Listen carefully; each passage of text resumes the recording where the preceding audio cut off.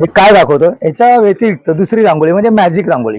फक्त ठेवायचं आणि फिरवायचं, फिरवलं की रंग आले.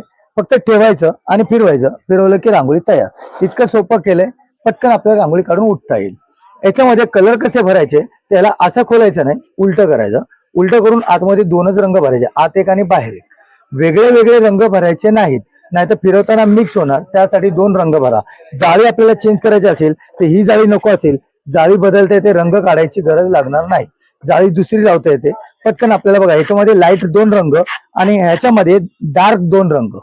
हे पण असंच उघडायचं, दोन डार्क रंग टाकायचे, आतमध्ये एक आणि बाहेर एक. वेगळे वेगळे रंग वापरायचे नाही. जाळी वरच्यावर ठेवायची, लॉक करायचं आणि फक्त ठेवून असं फिरवायचं.